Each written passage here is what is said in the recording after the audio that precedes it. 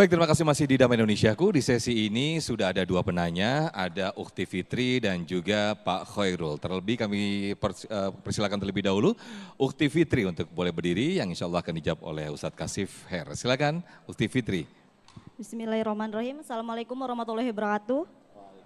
Waalaikumsalam warahmatullahi wabarakatuh. Saya ingin bertanya Ustadz, mungkin salah satu cara yang terlintas oleh orang yang kurang mampu untuk bertahan hidup dari kemiskinan adalah berhutang. Nah, itu hukumnya berhutang dalam agama Islam bagaimana? Terima kasih. Assalamualaikum warahmatullahi wabarakatuh. Waalaikumsalam. Terima kasih. Silakan Ustadz Kasif untuk menjawab pertanyaan ini pinjol. Siap. Ya, izin Ustadz. Hukum pinjol ya, hukum menghutang. Ya, dalam Islam hutang itu boleh, tapi untuk kebutuhan yang benar-benar urgensi. Jangan mohon maaf beli handphone ngutang. Ya, pengen ganti handphone. Ngutang, padahal handphone kita yang lama ini pun masih bisa pakai WA, masih bisa telepon. Rasulullah SAW pernah berhutang untuk beli makanan dengan menggadaikan baju besi perang dia.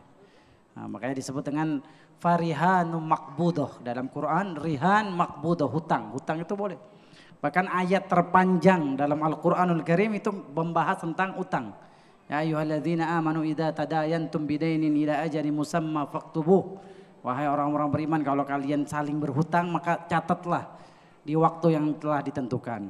Dan orang muslim gak boleh bermudah-mudahan dalam hutang. Hutang harus itu jadi pilihan terakhir. Yang pertama adalah bisnis.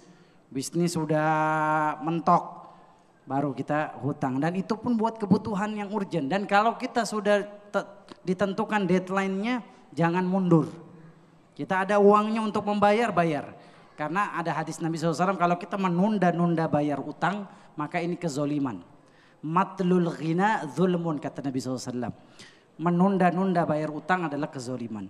Dan kita nih yang melihat adalah saudara kita yang pengen ngutang dan dia benar-benar buat kebutuhan hidupnya segera minjemin. Karena ada satu pintu surga khusus Allah siapkan, Allah berikan bagi mereka yang suka gemar memberi hutang orang miskin. Dan dia membebaskan hutangnya. Ketika misalkan minjem 1 juta buat makan. Pas hari hanya dia mau balikin, kita bilang gak usah Pak. Ini 1 jutanya Bapak simpen, saya ikhlaskan. Maka orang seperti ini ada satu pintu surga khusus. Orang yang suka membebaskan. Dan bahkan ini juga saya pengen ngasih tahu lewat Majelis Damai Indonesiaku ini buat DKM masjid. Kalau ada jamaah masjid kita yang punya utang, gak lunas-lunas utangnya dia sulit dan kita tahu kategorinya fakir miskin, maka dia berhak dibantu lewat masjid. Masjid harus jadi solusi perekonomian umat Islam. Ada umat Islam yang di masjid khususnya yang sholat, tapi dia kesulitan ekonominya, jangan sampai dia ngutang riba. Jangan sampai dia ngutang ke rentenir, ngutangnya ke masjid. Nggak balikin gimana Ustadz? Nggak apa-apa, sedekahnya orang masjid. Amin ya rabbal alamin. Setuju nggak? Ini yang ngomong setuju besok mau datang ke masjid. Ibu kok rajin sholatnya Bu?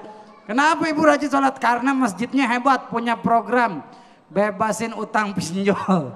Rame masjid, alhamdulillah. Karena diantara orang yang mendapatkan hak atas zakat kita al-gharimin. Orang yang kesulitan hidupnya sampai hidupnya dari utang. Sampai kata Bang Oma, gali lobang. Apa maksudnya tuh? Bayar utang dari utang. Ya Rasulullah SAW bersabda, iyyakum wad-dain fa innahu hammun bil lail wa ghammun bin nahar. Jauhin kalian utang. Kenapa? Karena siang hari kesusahan, malam hari nggak bisa tidur. Orang yang kalau banyak utangnya 1000 jalan tinggal 1 jalan. Nah, rumahnya di Kodamar, utangnya di mana-mana nih. Utangnya sama orang Cepaka Putih, sama orang Rawamangun, sama orang Pulau Gadung, sama orang Bekasi. Waduh, semua diutangin. Mau naik mobil nih, naik motor, bingung dia. Di depan lewat sono gue punya utang sama dia.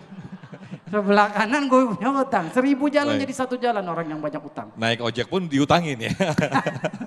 Baik Mas Al, terima kasih atas jawabannya. Tapi jangan termasuk juga orang kita yang mudah berhutang, kemudian dengan kita berhutang, berleha-leha, toh nanti ada yang membayar. Jangan berpikiran itu juga ya Ustadz ya.